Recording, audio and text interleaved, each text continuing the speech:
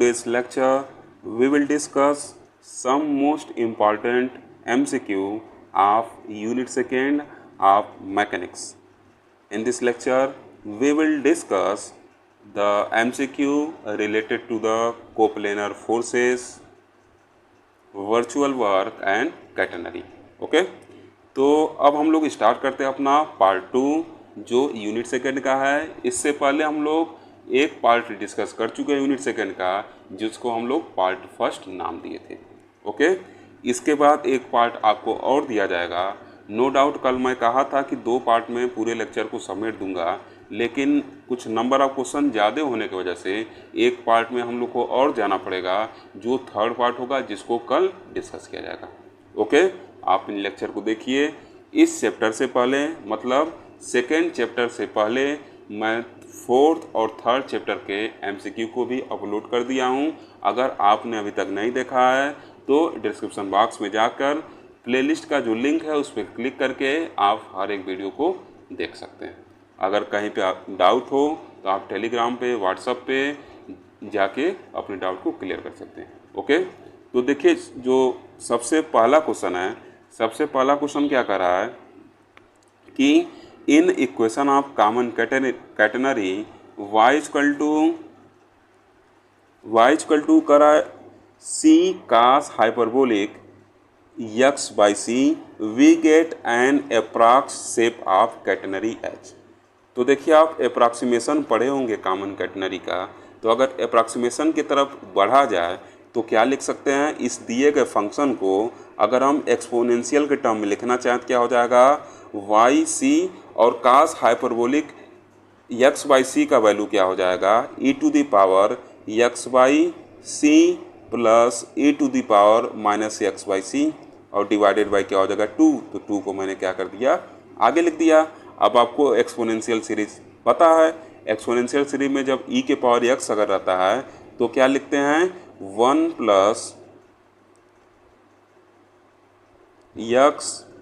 Plus x square by factorial 2 plus x cube by factorial 3 ऐसे लिखते हैं। तो यहाँ ई के पावर एक्स बाई सी है तो क्या हो जाएगा 1 प्लस एक्स बाई सी, और यहाँ क्या हो जाएगा एक्स बाई सी का होल स्क्वायर, और इधर क्या हो जाएगा एक्स बाई सी का होल क्यूब अपॉन फैक्टोरियल 3 करते हुए क्या हो जाएगा, चल जाएगा। ठीक, इससे आप फैमिलियर हैं। अब ई के पावर माइनस एक्स का वैल्यू क्या होता है, 1 minus x by c plus x square by factorial 2 minus x cube by factorial 3, इस तरह करके होता है। तो अब जब दोनों को एक साथ आप रखेंगे तो क्या होगा, जो माइनस एक्स बाई सी है ई के power minus x by c के टर्म में, और जो प्लस एक्स बाई सी है ई के पावर एक्स बाई सी के टर्म में, ये सब क्या होंगे, आपस में कैंसिल हो जाएंगे। उसी तरीके से जो एक्स बाई सी का होल क्यूब अपॉन फैक्टोरियल 3 वाला जो टर्म है पॉजिटिव है ई के पावर एक्स बाई सी में, और ई के पावर माइनस एक्स बाई सी वाला जो टर्म है किसमें, ई के power minus x by c के एक्सपेंशन में जो एक्स के पावर सी का होल क्यूब अपॉन फैक्टोरियल 3 का जो टर्म है वो निगेटिव है। ये सब क्या होंगे, आपस में एक दूसरे को कैंसिल करते हुए चले जाएंगे। ठीक, ये स्क्रीन पर लिखना पॉसिबल नहीं, इसलिए मैं बोल रहा हूँ, उसको आप ध्यान सुनिए। आप इसको किए भी होंगे, कोई बहुत टफ क्वेश्चन नहीं है। फिर जब इन दोनों के वैल्यू को पुट करके आप सॉल्व करेंगे तो जो मिलेगा उसको मैं लिख रहा हूँ। तो जब आप इनको सॉल्व करेंगे तो क्या मिलेगा, y इज इक्वल टू क्या हो जाएगा c, और यहाँ क्या हो जाएगा 1 प्लस, ओके, तब देखिए ब्रैकेट में क्या बचेगा, ब्रैकेट में जो वैल्यू आएगा 1 प्लस 1 बाई फैक्टोरियल 2 और multiplied by x by c के पावर क्या हो जाएगा whole square plus 1 by factorial 4 x by c के पावर क्या हो जाएगा 4 होगा। अब हम क्या करेंगे, एक्स बाई सी का जो हायर ऑर्डर टर्म है उसको क्या करेंगे, नेगलेक्ट कर देंगे। तो क्या बचेगा, y इज इक्वल टू क्या हो जाएगा, y is equal to c plus x square by 2c होगा। ठीक, अब फिर इसको जब सॉल्व किया जाएगा तो c को लेफ्ट हैंड साइड में लेके चले जाएंगे हम। तो जब c को लेफ्ट हैंड साइड में लेके जाएंगे तो क्या हो जाएगा, y माइनस सी हो जाएगा लेफ्ट हैंड साइड में, और इसके साथ 2c का मल्टीप्लिकेशन हो जाएगा। तो अगला स्टेप अगर हम देखें तो कुछ अगला स्टेप हम लोग का इस तरह होगा, x square is equal to 2c, और यहाँ क्या हो जाएगा y माइनस सी हो जाएगा। ओके, फिर देखिए अगर इसको आगे और सॉल्व किया जाए, इसको आगे आप और सॉल्व करना चाहते हैं तो देखिए यहाँ से एक्स स्क्वायर इक्वल टू हो गया। अब देखिए एक्स का वैल्यू अगर लार्ज है तो क्या होगा, अगर x का वैल्यू क्या है, काफ़ी लार्ज है, तो आप स्टेटमेंट पढ़े होंगे the end point are far distance from the lowest point. तो एंड पॉइंट जो होगा आपका क्या होगा, जो x डिस्टेंस आपका लार्ज होगा तो एंड पॉइंट क्या होगा, काफ़ी दूर होगा। तो उस केस में हम क्या कर सकते हैं, एक अप्रॉक्सीमेशन ले सकते हैं कैटनरी का, जो क्या होगा y is equal to half c e to the power क्या हो जाएगा, एक्स बाई सी होगा। ओके, क्या हो जाएगा, y equal to half c और x के पावर क्या हो जाएगा आपका,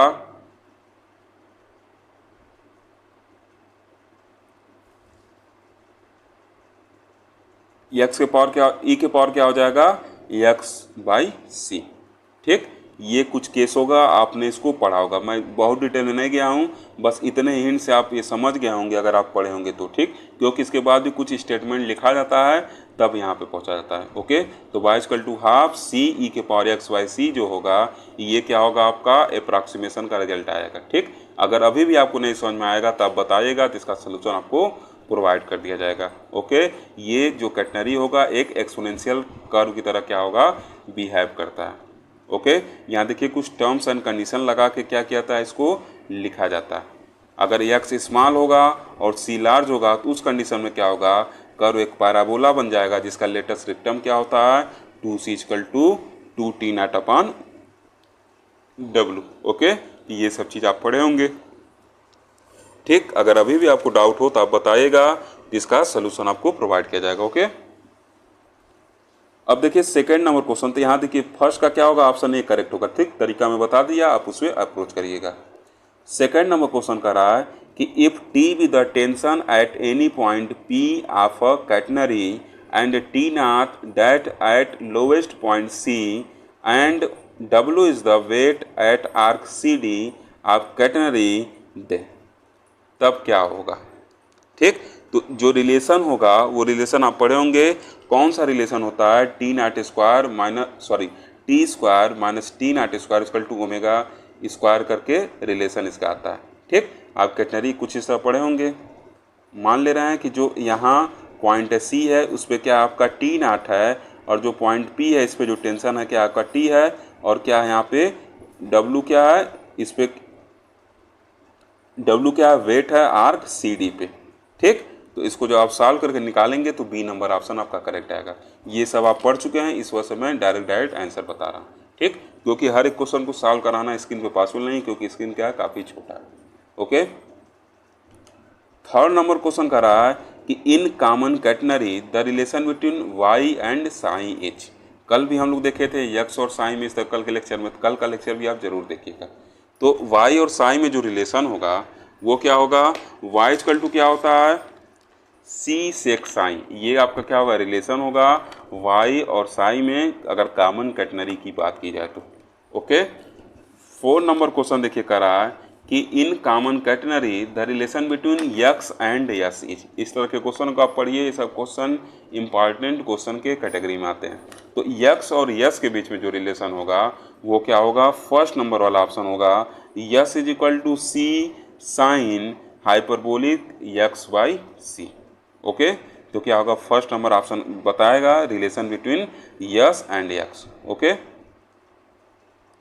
अब देखिए 5 नंबर क्वेश्चन कह रहा है कि the virtual work of the force F H. ठीक, the virtual work of the force F H. तो देखिए 4 स्टेटमेंट दिए गए हैं, पूछ रहा है इसमें से कौन सा सही है। तो वर्चुअल वर्क का जब आप डिफिनेशन पढ़े होंगे तो क्या पढ़े होंगे, जो वर्चुअल वर्क होता है वो क्या होता है, the virtual work of the force F H virtual displacement multiplied by resolve part F in the direction of virtual displacement. ठीक, वर्चुअल डिस्प्लेसमेंट होगा तथा साथ साथ एफ का रिजॉल्व पार्ट लेंगे जो उस डिस्प्लेसमेंट जिधर हो रहा है उसके डायरेक्शन में जो लगता है। ठीक, ये स्टेटमेंट आप पढ़े होंगे। ओके, तो सी नंबर ऑप्शन इसका क्या होगा, करेक्ट होगा। 6 नंबर क्वेश्चन का रहा है कि the tension T in the string of length L and thrust T in the rod of length L have virtual work done respectively.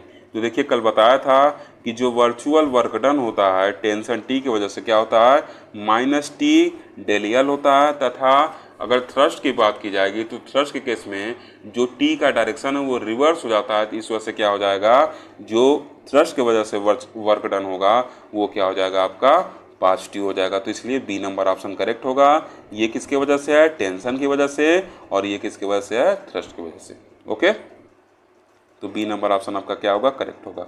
7 number question कह रहा है कि in a problem of virtual work a body is given a small virtual displacement in which alpha changes to alpha plus del alpha if the equation of virtual work is। तो देखिए कह रहा है equation है virtual work का, अगर body क्या हो रही है चेंज हो रही है अल्फा से अल्फा प्लस डेल अल्फा में, तो इक्वेशन दिखाई दे रहा है और कह रहा है तब टी का वैल्यू बताइए। तो आसान क्वेश्चन है, सॉल्व कर सकते हैं। देखिए क्या हो जाएगा टी और इसका डेरिवेटिव लेना है तो क्या हो जाएगा 2a और साइन अल्फा का डेरिवेटिव क्या हो जाएगा कास अल्फा और साथ में क्या लिख देंगे डी अल्फा। फिर क्या हो जाएगा इसका डेरिवेटिव जब लेंगे तो देखिए कास है तो यहाँ क्या आ जाएगा माइनस आ जाएगा और क्या हो जाएगा 8w, ये देखिए जो ये वाला w आपका एक कैपिटल w है, मैं गलती से स्मॉल w लिख दिया हूँ, ठीक। 8w स्मॉल w a और क्या हो जाएगा साइन अल्फा डी अल्फा, तथा यहाँ पे क्या हो जाएगा आपका इसको बस डेरिवेटिव इसका लेना है तो यहाँ पे क्या हो जाएगा 4 कैपिटल W a, ये a है 4a, ठीक, a और साइन अल्फा और फिर क्या हो जाएगा del alpha is equal to 0। अब क्या करिएगा आपको टी वाले टर्म को लेफ्ट हैंड साइड में रखिएगा और बाकी टर्म को राइट हैंड साइड में ट्रांसपोज कर दीजिएगा। तो जो आप ट्रांसपोज करके सॉल्व करेंगे तो आपका सी नंबर ऑप्शन करेक्ट आएगा। देखिए मैं बता दिया हूँ, ठीक, यहाँ से सी नंबर ऑप्शन जो होगा आपका क्या आएगा करेक्ट आएगा। ओके, अब देखिए यर्थ नंबर क्वेश्चन कह रहा कि 5 वेटलेस राड, कह रहा कि 5 वेटलेस राड हैं of equal length are joint together so as to form a rhombus ABCD। ठीक है, एक रोम्बस बना रहे हैं ABCD। ये क्या आपका A है, B है, C है और D है, ठीक। और उसके बाद कह रहा है कि विथ वन डायगोनल BD, और BD क्या है इसका एक डायगोनल है। If weight W is attach to C, अगर W को C के थ्रू अटैच कर रहे हैं एंड द सिस्टम इज, और सिस्टम को A से सस्पेंड कर रहे हैं, then the thrust in the rod BD is, तो BD राड में कितना थ्रस्ट होगा, ठीक। तो इस चीज़ को आप सॉल्व किए होंगे क्लास में, क्या होगा इसका बी नंबर ऑप्शन करेक्ट होगा।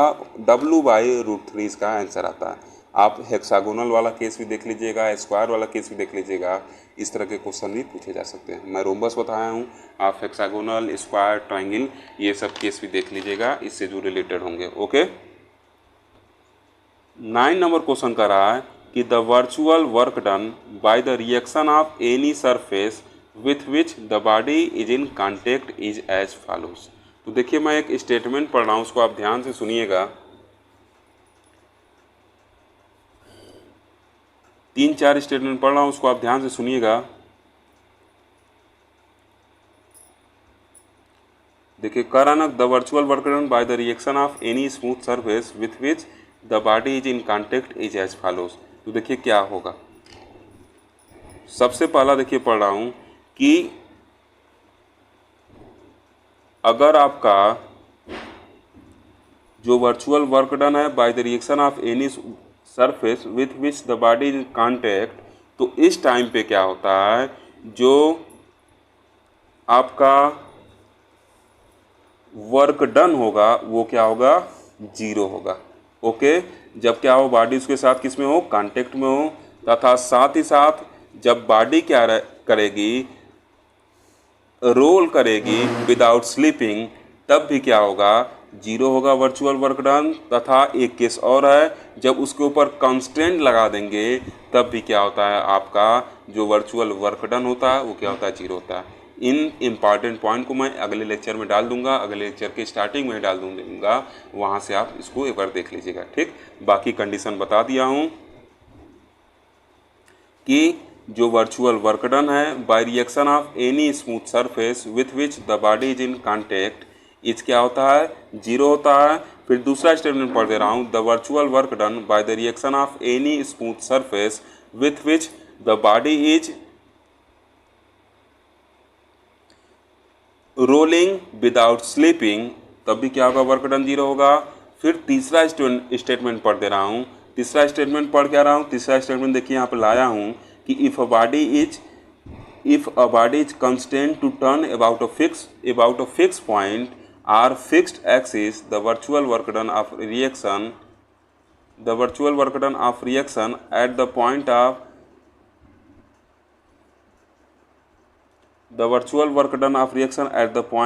R on the axis is क्या होगा, ये भी आपका 0 होगा। तो तीनों पॉइंट दिमाग में रखिएगा कि जब कंस्टेंट लगाएंगे तब भी 0 होगा रिएक्शन के साथ, और जब आपका क्या होगा कांटेक्ट में रहेगा तब भी 0 होगा, और जब रोल करेगा विदाउट स्लिपिंग तब भी 0 होगा। इन पॉइंट को मैं अगले लेक्चर में डाल दूंगा। ओके, तो देखिए यहाँ से क्या हो जाएगा, 9वें का सी नंबर ऑप्शन करेक्ट होगा, और 11 नंबर क्वेश्चन का भी क्या होगा, सी नंबर ऑप्शन करेक्ट होगा, 0 0 होगा। ओके, अब 10 नंबर क्वेश्चन डिस्कस कर लेते हैं हम लोग। 10 नंबर क्वेश्चन कर रहा है कि the virtual work done by the tension of an extensible string is, तो क्या होता है, -t डेलियल होता है। इसका मतलब क्या होगा, ये वैल्यू आपका निगेटिव होगा। ओके,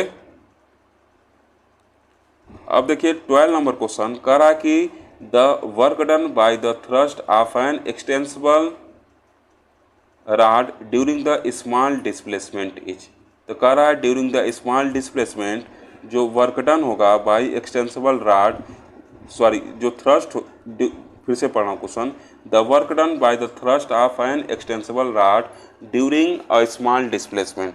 तो देखिए थ्रस्ट पूछा है, तो थ्रस्ट क्या होता है आपका, उल्टा होता है। किसका उल्टा होता है, टेंशन का। तो इस टाइम पे जो टेंशन की वजह से हो रहा था, देखिए ये क्वेश्चन मैं थोड़ा छोटा कर रहा हूँ, देखिए यहाँ से ये 10 नंबर क्वेश्चन देखिए और 12 नंबर क्वेश्चन देखिए, 10 और 12 देख रहे होंगे। पूछ रहा है कि the virtual work done by the tension of an extensible string is, तो क्या बताया था मैं, टी डेलियर होता है, जिसकी वजह से इसको क्या कहते हैं, निगेटिव कहते हैं। सेम क्वेश्चन है, इसमें बस थ्रस्ट के वजह से पूछा है, तो थ्रस्ट के वजह से क्या होगा, टेंशन उल्टा लगता है, अपोजिट डायरेक्शन लगता है, तो थ्रस्ट क्या होगा, +t डेलियल होगा। इसका मतलब जो इसमें वर्क डन होगा थ्रस्ट की वजह से वो क्या होगा, पॉजिटिव होगा। ओके, और अगर इनएक्सटेंसिबल रहेगा तो क्या हो जाएगा, आपका 0 रहेगा। वर्क डन भी 0 रहता है इनएक्सटेंसिबल के केस में। ओके, टेंशन की वजह से भी और थ्रस्ट की वजह से भी, दोनों की वजह से अगर इनएक्सटेंसिबल रहेगा तो क्या होगा, 0 होगा। ठीक, इन सब पॉइंट को समझते हुए चलिएगा। बाकी 9वां और 11 नंबर का जो पॉइंट है अगले लेक्चर की स्टार्टिंग में मैं उसको लिख के डाल दूंगा, वहाँ से आप पढ़ लीजिएगा। ओके, तो 12 का क्या होगा, ऑप्शन नंबर बी करेक्ट होगा। 13वां क्वेश्चन कर रहा है कि if endless chain of weight W rest in the form of a circular band round a smooth vertical cone with its vertex upward, if 2 alpha is the vertical angle of the cone, then the tension to the chain due to its weight is। ठीक, ये भी question आप theory में जरूर किए होंगे। ठीक, मान ले रहे हैं कि कुछ ऐसा फिगर देखिए आप बनाए होंगे, मान लेना कि जो आर है क्या, इसका रेडियस है, किस पे, इंडलेस चेन, किसका,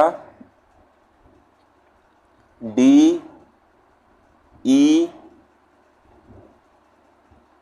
सी एफ डी। ठीक, ये कुछ आपका चेन इस तरह बन रहा है।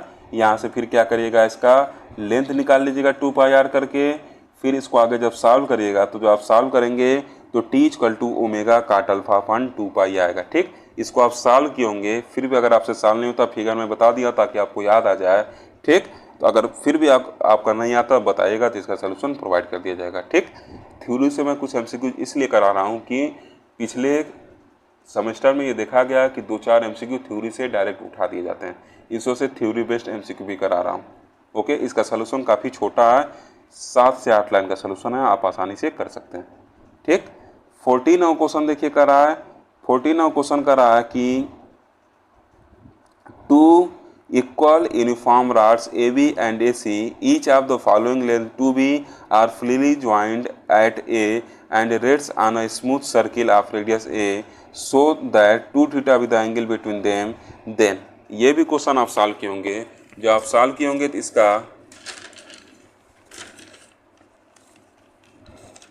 जब ये क्वेश्चन आप सॉल्व किए होंगे तो इसका आपका ऑप्शन नंबर जो ए है वो क्या होगा, करेक्ट आएगा। क्या आएगा, B sine cube theta equal to A cos theta. ठीक, आप इसको सॉल्व करिएगा, अगर नहीं होगा बताइएगा तो फिर मैं इसका सोल्यूशन प्रोवाइड कर दूंगा। ओके, अब देखिए क्वेश्चन नंबर 15 कर रहा है कि if a particle acted upon by a system of coplanar forces be in equilibrium and if X Y are the algebraic sum of the virtual work done by the forces in any two perpendicular direction, then इस case में आप पढ़े होंगे क्या होता है, x equal to 0 और y equal to क्या होता है, 0 होता है। ओके, तो क्या होगा, x इक्वल टू 0 और y इक्वल टू 0 होगा। ओके, तो फर्स्ट नंबर ऑप्शन करेक्ट होगा। ये तो वर्चुअल वर्क डन के स्टार्टिंग। अब देखिए 16 नंबर क्वेश्चन कर रहा है कि the point of common catenary where tangent and hence the tension is horizontal is called. तो देखिए क्या होगा, जब आप कैटेनरी पढ़े होंगे तो टेंजेंट हॉरिजॉन्टल किस पॉइंट पे होता है, यहाँ नीचे वाले सी पे होता है। इसी सी को हम क्या कहते हैं, वर्टेक्स कहते हैं। ठीक, तो ये सब डेफिनेशन पढ़ लीजिएगा, डायरेक्ट्रिक्स का, स्पान का, ये सब आप डेफिनेशन पढ़ लीजिएगा, एक्सिस का। ठीक, इस पे एमसीक्यू एग्जाम में आपको मिल सकता है। ओके, 17 नंबर क्वेश्चन देखिए कर रहा है कि two catenary are said to be equal if. दो कैटेनरी इक्वल तभी कहलाएंगे जब उनके पैरामीटर क्या हो, आपस में इक्वल हो। तो 17 का क्या होगा, ए नंबर ऑप्शन जो होगा आपका क्या होगा, करेक्ट होगा। 18 नंबर क्वेश्चन कर रहा है कि when a uniform chain whose weight per unit length is constant hangs freely under gravity between two points not in the same vertical line, then curve in which it hangs is called as। तो क्या कहलाता है ये, यही तो catenary का definition है।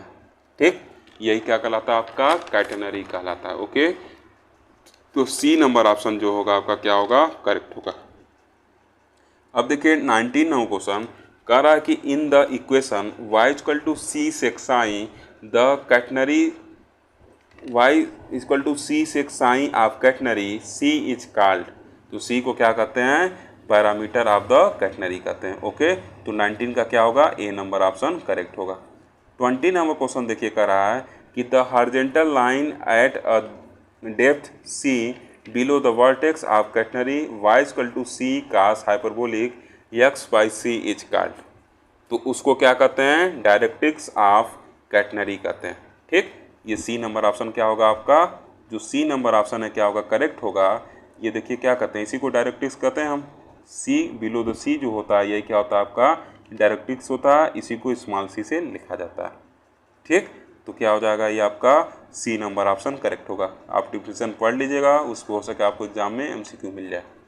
21 number question कर रहा है कि the tension at any point of string hanging in the form of common catenary varies as the height of the point above the क्या हो जाएगा,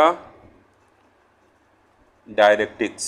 ठीक, जैसे ही हम डायरेक्ट्रिक्स मतलब ये जो डायरेक्ट्रिक्स से आगे बढ़ते जाते हैं तो क्या होता है, जो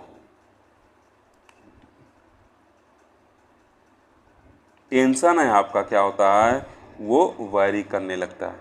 ठीक, जैसे जैसे यहाँ से क्या होते हैं आगे बढ़ते हैं। यहाँ देखिए हॉरिजॉन्टल था, यहाँ के किसी और पॉइंट पे आगे किसी और पॉइंट पे क्या होगा, लगेगा। ओके, तो क्या होगा, सी नंबर ऑप्शन इसका जो होगा क्या होगा आपका, करेक्ट होगा। ओके, अब देखिए 22 नंबर क्वेश्चन का रहा है कि the parametric equation of catenary y equal to C cos hyperbolic X Y C.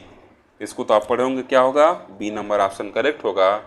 x equal to C log sec plus tan sine और फिर क्या हो जाएगा, y equal to C sec sine. Okay, अब देखिए 23 नंबर क्वेश्चन का रहा कि for the catenary y equal to C cos hyperbolic x by C.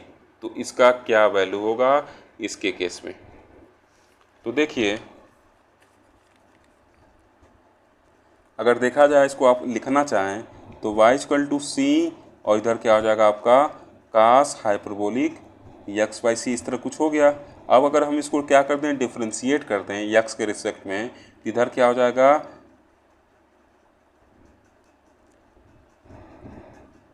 D Y by D X, और साथ में क्या है 1/c है, और इधर क्या हो जाएगा कास हाइपरबोलिक का जो डिफ्रेंशिएशन होगा क्या होगा साइन हाइपरबोलिक x/c हो जाएगा, और 1/c बाहर आ गया तो ये इससे कट जाएगा। अब अगर हम इधर c से मल्टीप्लाई कर दें और इधर c से मल्टीप्लाई कर दें तो c dy by D x को हम क्या कहेंगे यस कहेंगे, और इधर क्या आ जाएगा c साइन हाइपरबोलिक x/c आ जाएगा। तो मतलब जो 23 नंबर क्वेश्चन है उसका क्या होगा सी वाला ऑप्शन जो होगा आपका क्या होगा करेक्ट होगा। ओके, अब 24 नंबर क्वेश्चन देखिए कर रहा है। 24 नंबर क्वेश्चन कर रहा है कि for catenary y equal to C cos hyperbolic x/c, तो इसमें से कौन सा इसका क्या होगा आंसर सही होगा इस दिए गए कैटनरी के लिए। तो देखिए आप यहाँ क्या करिएगा y इक्वल टू सी कर लीजिएगा तथा क्या आ जाएगा फिर कास हाइपरबोलिक x/c आ जाएगा। अब कास हाइपरबोलिक को आप क्या करिएगा लाग के फॉर्म में चेंज कर दीजिएगा। तो जब चेंज करेंगे तो क्या हो जाएगा लाग ब्रैकेट में y/c और प्लस अंडर रूट y² - 1 आएगा। ठीक, अब y/c आ गया और इधर देखिए y² डिवाइड बाई c² - 1 आ गया, तो यहाँ से क्या लिख सकते हैं y² - c² अपॉन c²। तो ये y/c आपका क्या हो जाएगा सेक हो जाएगा। ठीक, सेक साइन हो जाए, आप इस तरह लिख सकते हैं, लेकिन सेक साइन के टर्म में हमको बताना नहीं है तो उसको उसी तरह रन दीजिए। क्या हो जाएगा y/c यहाँ हो गया, और इधर क्या हो जाएगा s/c, जब कॉमन ले लेंगे तो y प्लस x/c के साथ लाग आ जाएगा तथा आगे क्या हो जाएगा आपका c आ जाएगा। तो इसका मतलब क्या होगा इसका ए नंबर ऑप्शन करेक्ट होगा।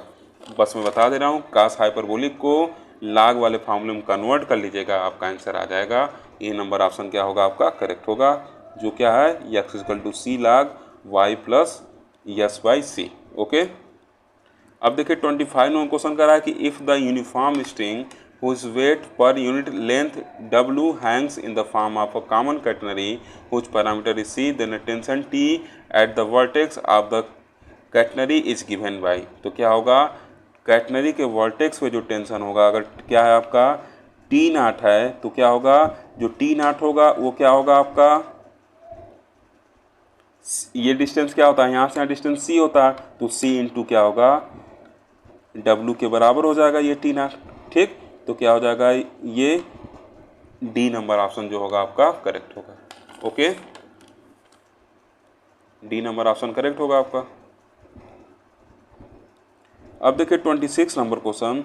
26 नंबर क्वेश्चन कर रहा है कि if the upper body have a plane surface in contact with the lower body of radius r, then the value of r is infinite, the equilibrium state is. ठीक, मान लीजिए कि ये आपका एक बॉडी है। ठीक, एक बॉडी यहाँ नीचे है और एक क्या है अपर बॉडी लोअर बॉडी है। ठीक, ये मान लेते हैं एच है और ये क्या है आपका कैपिटल R है। ये पॉइंट इस अकर केस आप पढ़े होंगे।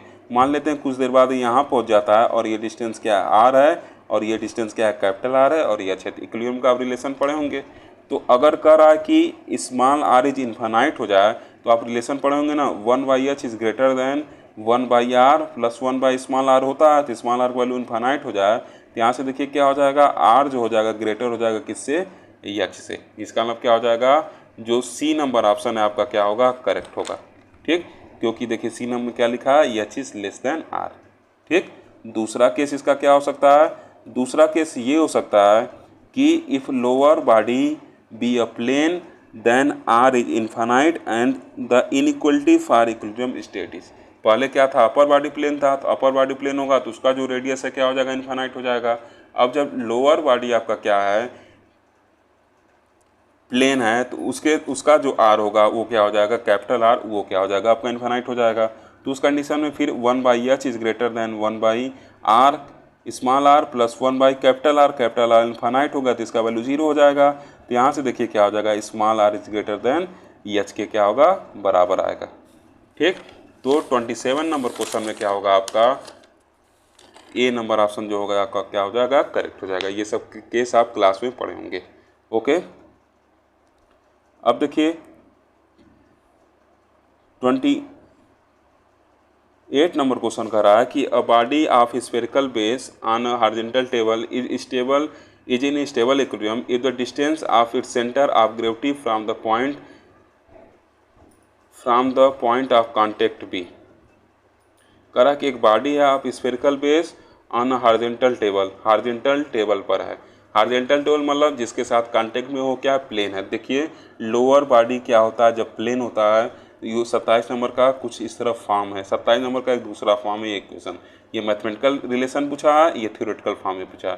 तो जब हॉरिजॉन्टल टेबल पर रखा है इसका मतलब क्या है, लोअर बॉडी आपका प्लेन है, तो प्लेन होगा तो कैपिटल आर इन्फानाइट हो जाएगा।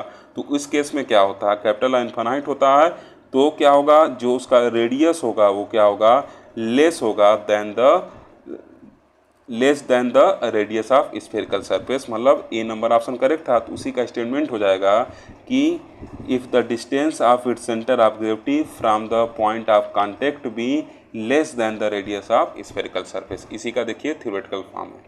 ठीक, ओके। डिटेल में मैं नहीं जा रहा हूँ, थोड़ा आपको समझने में ज़रूर दिक्कत होगा, लेकिन आप कोशिश करेंगे तो ज़रूर समझ जाएंगे। आप थ्योरी पढ़े हुए, डिटेल में जाना पॉसिबल नहीं है मेरे लिए। अब देखिए 29 में क्वेश्चन कर रहा है कि the condition for equilibrium of a body of 1 degree of freedom when the work done W = F theta is R। क्या होता है, डी नंबर ऑप्शन करेक्ट होगा जब क्या होगा, या तो F डैश थीटा क्या हो 0 हो, या F डबल डैश थीटा क्या होता है लेस देन 1 हो। ठीक, ये कंडीशन होता है। बस इसके आगे 39 क्वेश्चन से हम लोग पार्ट 3 में कंटिन्यू करेंगे और कुछ और मोस्ट इंपॉर्टेंट MCQ देखेंगे। अभी तक अगर आपने पार्ट फर्स्ट नहीं देखा है तो प्लेलिस्ट में उसका लिंक है जो डिस्क्रिप्शन बॉक्स में मैं डाल दूंगा, वहाँ से जाकर आप जरूर देखें।